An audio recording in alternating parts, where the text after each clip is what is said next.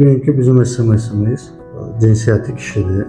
42 yaşım var, sidikdə qan nədən ola bilər? Gəlin baxaq. Əgər sidikdə qan varsa, bu bir neçə xəstəliklərin əlamətidir. Birincisi ola bilsin ki, sizin böyrək nahiyənizdə travma yaşamısınız. Əgər travma yoxdursa, iltihabi proses ola bilər, sistit ola bilər, pielonefrit ola bilər. Sidik olan infeksiyası yəni. Ondan əlavə böyrək daşı xəstəlikləri ola bilər. Bir UZI keçməyiniz məsləhət görülür. Törəmə ola bilər. Ona görə mən sizi qorxuzmaq istəmirəm, amma müayinə olunsanız daha yaxşı olur.